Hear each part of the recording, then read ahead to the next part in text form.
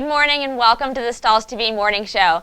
Today we have an exciting episode planned. We have a lot of things we want to do. We're pretty interactive, so we're going to ask for a lot of participation from you guys as well, which is why we have the bag here to get us started. But we have a lot of things that have been happening here at the Stahls TV studio. Obviously, we're excited to be back from Long Beach. It was a really great show.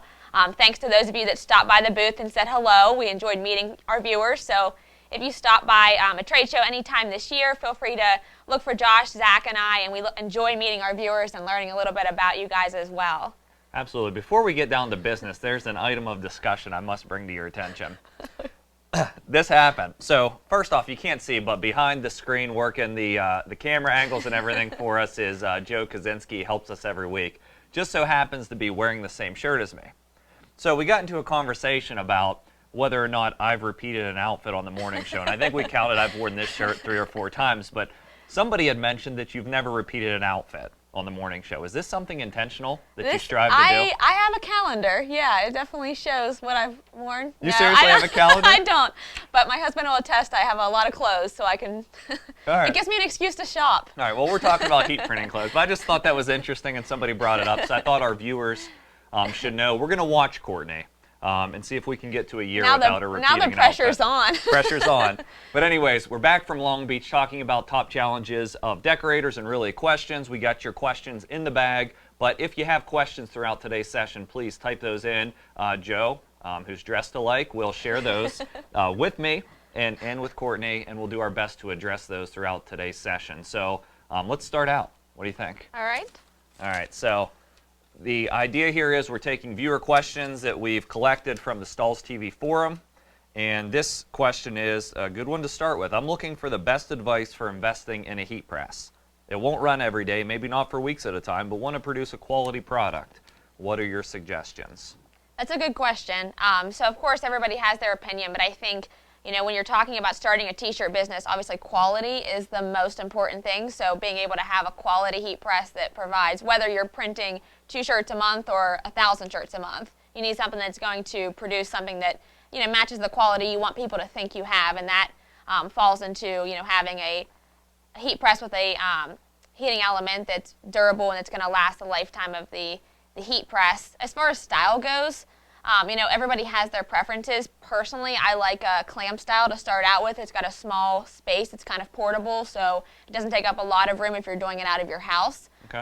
So what are your thoughts on that? I'd start with time, temperature, and pressure for sure. So definitely, style, you can make the choice on what's most comfortable. Clam is nice because it's portable and you can tuck it into a corner if you're only going to use it occasionally, and it's in a spare bedroom. But accuracy and time, temperature, and pressure is key. You can get that out of economy-based heat press. I definitely recommend one that's U.S. manufactured. Of course, we recommend Stahls, no surprise. But something that has accuracy across the whole heating element is key and is going to deliver that accurate time, temperature, and pressure. So the Stahls Max is a good unit to start out, but really, and I think one of the top challenges for decorators is really pressure and measuring pressure. And so the Max, while you can feel the pressure, it doesn't give you a true pressure readout on the machine. So you compromise a little bit of that pressure when you go for the Max versus something with an actual digital readout. Good point. So just, before we leave that point, let's just talk a little bit about accuracy and heat printing with time, temperature, and pressure. What are some of the common mistakes with pressure other than not having a true readout and accuracy? I think there's 2 ends of the spectrum. There's over-applying pressure and under-applying pressure.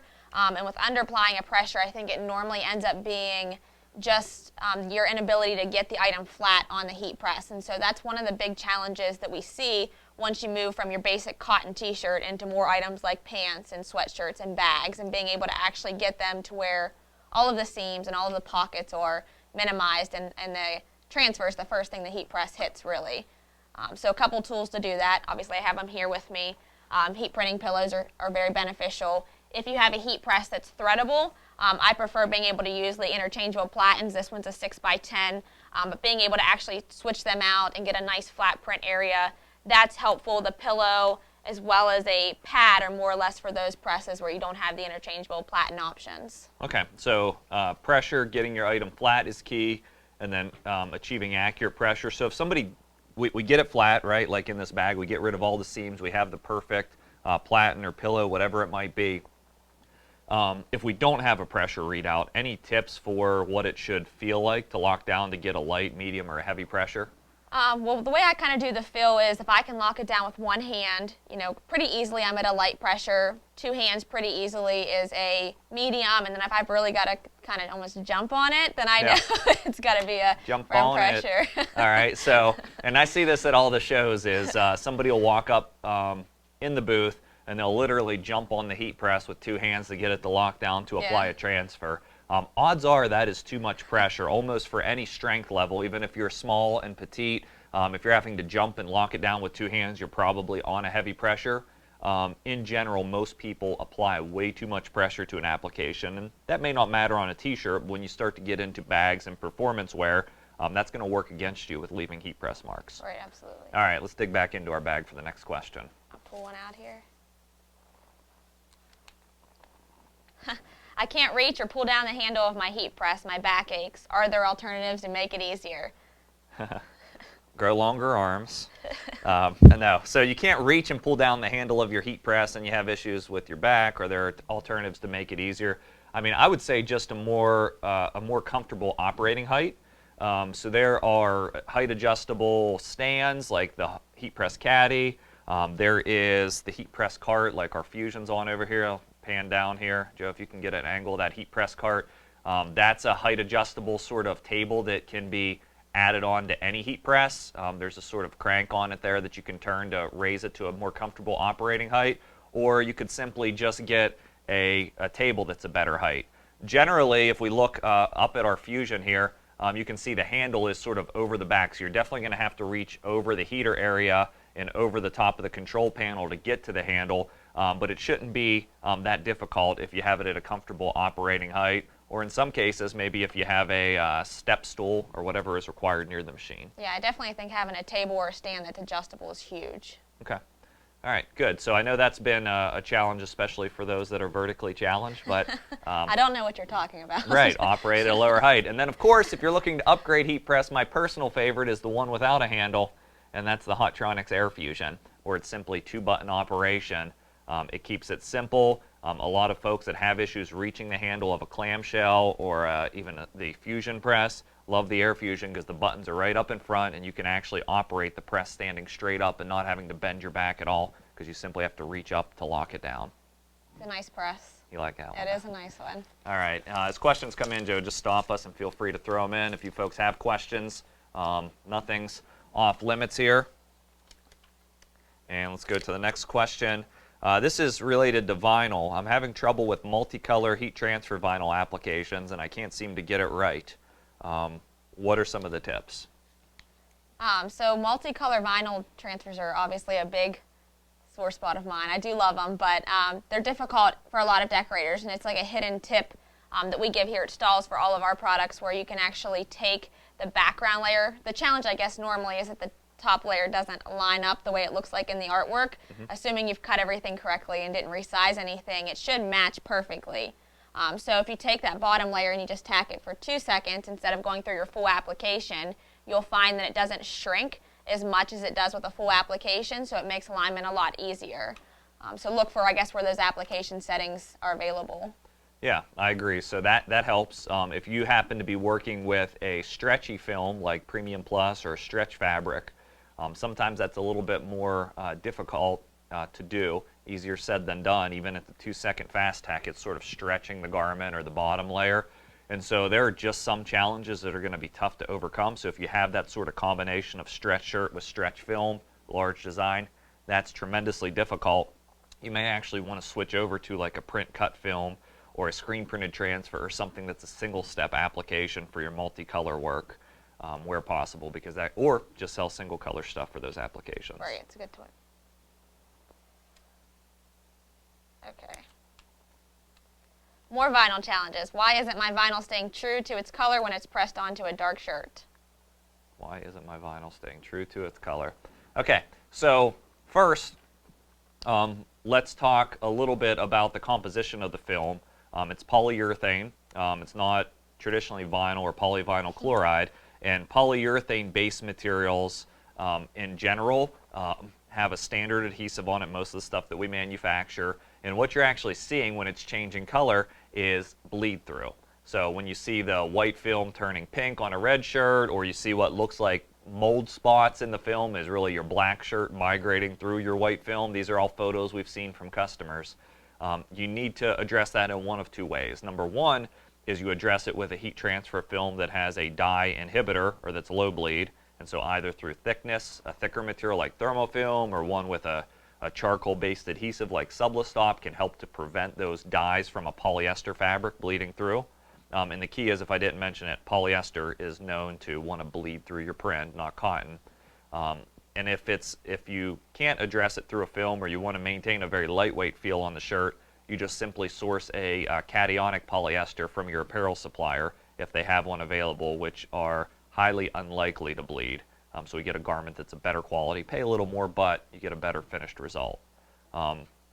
Those are typically the two bleed-through areas that I see. Do you ever see any issues on like cotton or any other fabric content? I don't see any issues with cotton, but one challenge I think people have with other transfer types on cotton is just understanding opacity and knowing the difference between dye migration and opacity. Okay. So I think that's important to note, that opacity is always usually with a vinyl transfer not an issue, because you have that white background layer that's blocking the color of the fabric. But if you're going to put a clear transfer, whether it's a inkjet transfer paper or a print cut transfer material on a dark garment, then of course the color is not going to show up, and that's usually a challenge with those materials. Agree. And even in screen printed transfer formulas, there's ones that are built a little bit thicker to maintain true white on darker color fabrics, and then there's ones that are designed to be softer and thinner, and they let a little bit of show through of the dark color, like the hot split transfers from Transfer Express. Right. All right, Joe, any questions coming in yet? No questions. Quiet bunch today. All right, so let's ask you a question. Let's launch our next poll, if you still have one available there. And if you don't mind reading me the results of the opening poll. On the opening poll of how many employees does your business have, 67% of the viewers are the only employee, Okay. and 33% have 1 to 3.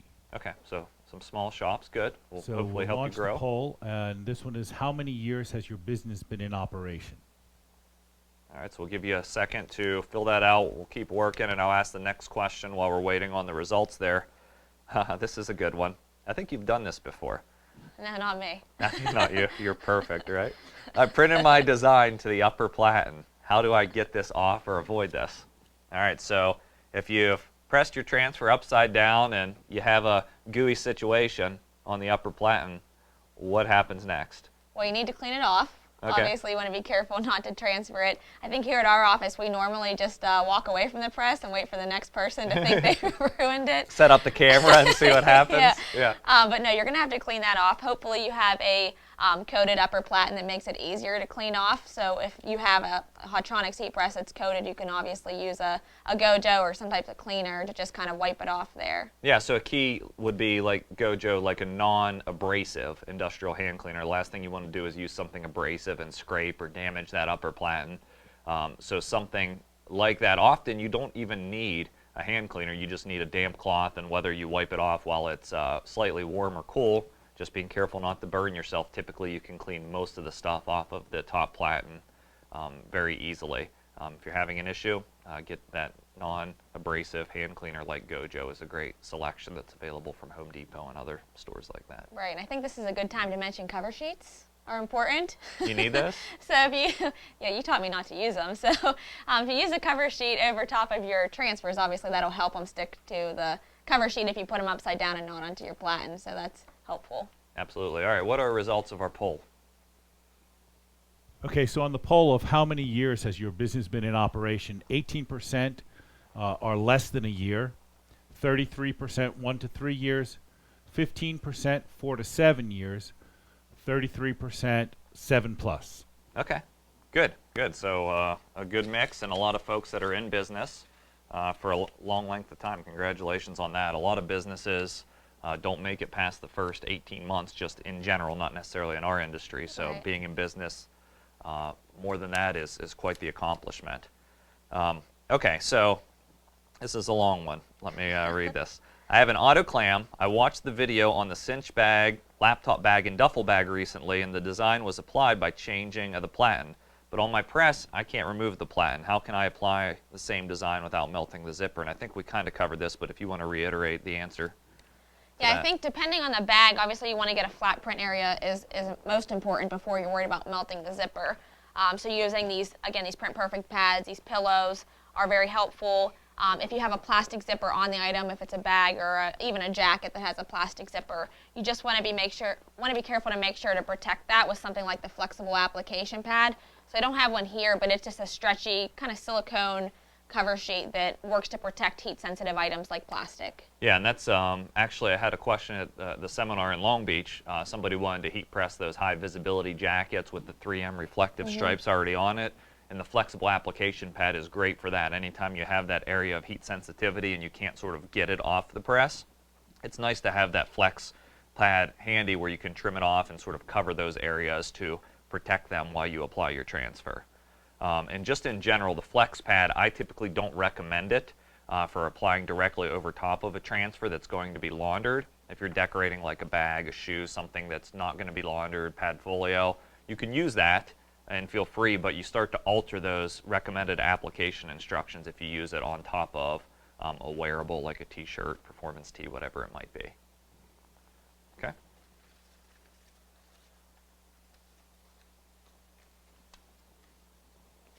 All right. I'm having trouble with my shirt, material scorching or discoloring. What options do I have? You want to kick us off on scorching issues, which seems to be a challenge more and more with the rise of performance wear? Right, and I think it's not even performance wear we're seeing it. We're seeing it with tri-blends as well. So it's kind of the nature where you go in thinking it's a 100% cotton t-shirt and you throw it on the heat press, apply 365, and it starts to scorch because of the mixtures of rayon and polyester that are in tri-blend. So one big solution that we always harp on here is just using a low temperature adhesive transfer. So products like Catgut Premium Plus, Elastiprint screen printed transfers, tech products that Stahls offers, all of those are recommended for low temperature, and we're starting to see a lot more products advance in the low temperature category so we can print all of these synthetic fabrics successfully. Yeah, and even if you're screen printing, just finding an ink that cures at a lower temperature so when you run it through the dryer or the oven, it's running at a lower temperature, so it's not going to damage the shirt or even shrink it up to a point where it looks like a halter top instead of a t-shirt. So we had that issue from one of the panels in Long Beach as well where they said it's shrunk like this much. Yeah. So yeah, just making sure heat sensitive garments are not heated. And we see the big culprits being performance wear, tri-blends, jackets, basically anything that enters a synthetic fabric into the equation that's not 100% cotton. So not cotton. Right, and even ring spun cotton can be an issue because you have the surface of that's a little more heat sensitive. So although it's typically not permanent and will wash out, you can damage that cotton when you give it to a customer, which doesn't create the first experience. So I think in general, lower is better when it comes to temperature out there in the industry. Absolutely.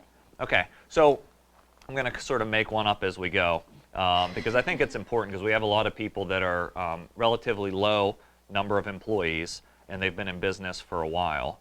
And so it's great and you may be comfortable right where you're at, but if these decorators want to scale and grow their business, sort of what are some things to consider as you look to perhaps hire your first employee or grow the business bigger than what you are today? Yeah, I think it's trying to understand who you want to hire and where you want to place them in position-wise. So do you want to place them in a position to do a lot of, is your specialty sales and marketing, is your specialty printing items? And you need to either hire somebody that can supplement you in that other aspect. Now, of course, if you hire more salespeople and you start to sell more products, you're probably going to need to backfill your production side as well. So that's one thing I always consider is where am I hiring my first employee at? Yeah, so a strong strategy towards talent acquisition and really planning out 3 to 5 years how you grow your business. I think, a good way to know if it's time to jump to hiring an employee is if you're starting to burn that midnight oil and put in those, 12, 14-hour shifts at more of a consistent basis. It's either time to hire to offload some of the production. Other ways to address that is find some good contractors or people that can fulfill for you. You can effectively scale the business with subcontracting out some of the decoration for different disciplines that make sense, or you can try to find ways to print faster, like a heat press with more throughput, like a dual air fusion, or an automatic screen printing press versus a manual, more heads of embroidery. There's ways to do it that way as well. But when you go to hire, I think it's an important leap for any business to extend beyond the friends and family. Hire your first real employee. Seriously, and not that those aren't real employees, I shouldn't have said it that way, but hire your first sort of paid employee where you sort of discipline out, pay structure, and build the infrastructure to really scale the business to something larger if you want it to be there. And I think one of the challenges with that is always just control. You're afraid to give up the money that you're making from those midnight hours to somebody else, or you're worried about obviously control of how it's printed or how the quality is going to be if you're not the one creating the garment. But I think you'll find that by scaling, you'll end up in a better position by giving up a lot of that control and just trusting other people. Do you like to give up control? I do. You do?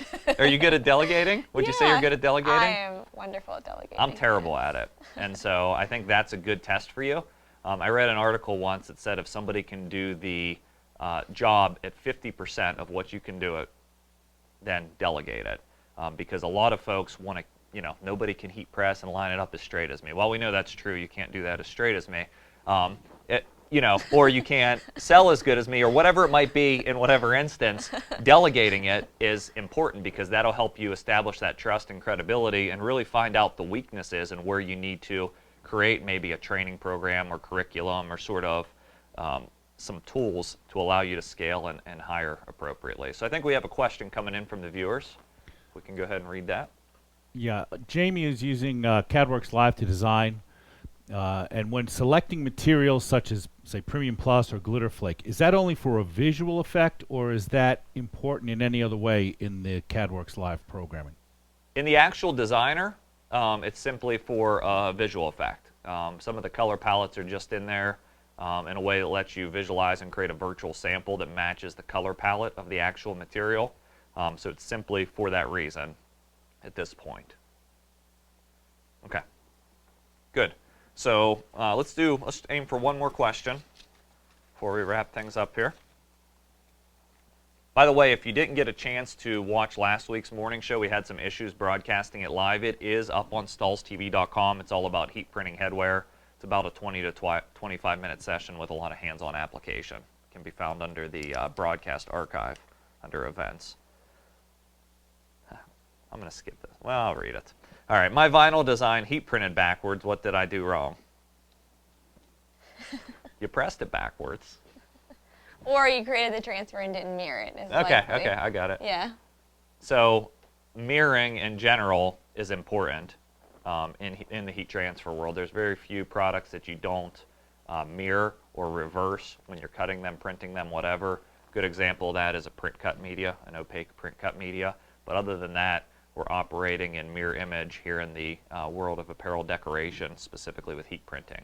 All right, we got another question. Let's take another question. Kyle says that they have some tech shirts to print with Glitter Flake. Okay. What do you recommend settings for printing temperature using the Glitter Flake on those shirts? So Glitter Flake, the recommended application is off the top of my head is like 320 or 330 for 15 seconds. So I would recommend trying the actual application to make sure the garment's not going to be damaged. Assuming it's a loose fit performance polyester, I've seen success at 300 degrees as the lowest temperature for 10 to 15 seconds with durability. It's actually an application setting I've personally used on track jackets and wash tested myself and have had luck with it. But anytime you sort of break that application, you want to just test it, maybe run one through a laundering cycle. But I would feel comfortable at 300 degrees for 10 to 15 seconds. If you start to go lower than that, you may have to sell into an alternative finish. We've been asked, when will the new version of CADWorks Live be released? The new version of CADWorks Live, the launch date is yet to be determined, but we're expecting to get our demo of it in the office here this week, which we're excited about from the CADWorks team, and hopefully we'll have more info to share with you next week. I think within the next 3 months would be a good expectation for that. That's the last question I have. All right, so we're approaching the 25-minute mark, and so I think it's a good time to sort of conclude the Stahls TV morning show. As decorators are sort of mulling over some of the questions you may have in your business, feel free to post those on the Stahls TV forum. Courtney and I and a lot of the other folks here at Stahls TV do review those forums and try to respond as quickly as possible to help you in your business. And a cool thing on the Stahls TV homepage, we added a new section, last 12 videos. So if you always want to see the freshest content, click right on that last 12 videos, and we have all kinds of stuff going up. And something big just happened last week here at Stahls TV. We got a new toy. What was it? We did. We got an embroidery machine, so something different from us because we have lots of heat presses, but it's exciting. We're going to actually use it next week in the morning show, and we're going to talk a lot about how to add applique and really expand with applique in your business. So you learned how to embroider last night. I learned how to embroider. It was harder than heat printing. Yeah, and we thank the folks at ZSK for providing an embroidery machine, and we look forward to teaching all sorts of things with how to grow your business with applique and a little bit more in that discipline and how it goes well with heat printing. So thanks for watching the Stahls TV Morning Show, and we'll talk to you next week.